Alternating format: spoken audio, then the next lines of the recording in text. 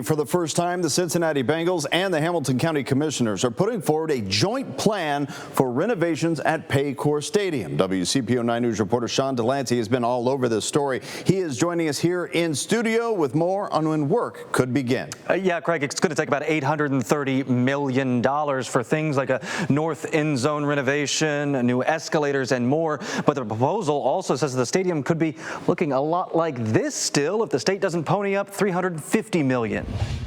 I sat down with County Commission President Denise Driehaus to see how this plan finally came together. This is the real deal. This is the plan. The plan cuts around $400 million from a previous county plan the Bengals hadn't signed on to, and comes the day after the Ohio House approved $600 million in state funding for the Cleveland Browns to build a new stadium.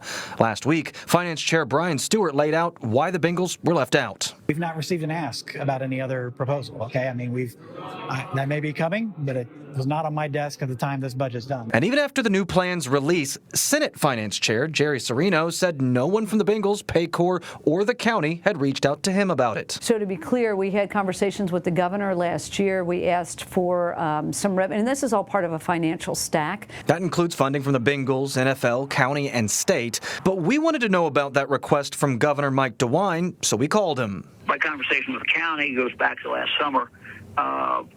When they said, look, it's time to do something and we're going to need some money. He says specifics were not discussed, but this session he brought forward a tax increase on online sports gambling that could have benefited both the Browns and the Bengals to the tune of $150 million a year.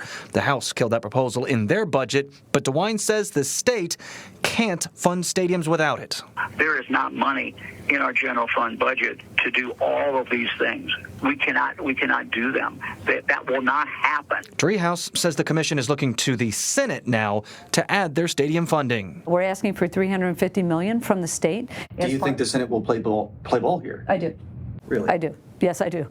Particularly because Cleveland is in the budget currently. Sean Delancey joining me in studio once again. So, Sean, a lot of moving parts here. What are the real chances of this actually getting approved? Yeah, correct. To keep it simple, Governor Mike DeWine seems against any state funding to the stadiums without the gaming tax increase, period. If he doesn't get that, it feels dead in the water. But the House and Senate will eventually get in the same room to hammer out the entire state budget, and that could take weeks. Well, Sean Delancey reporting live. I know you're going to stay on top of this for us. Thank you.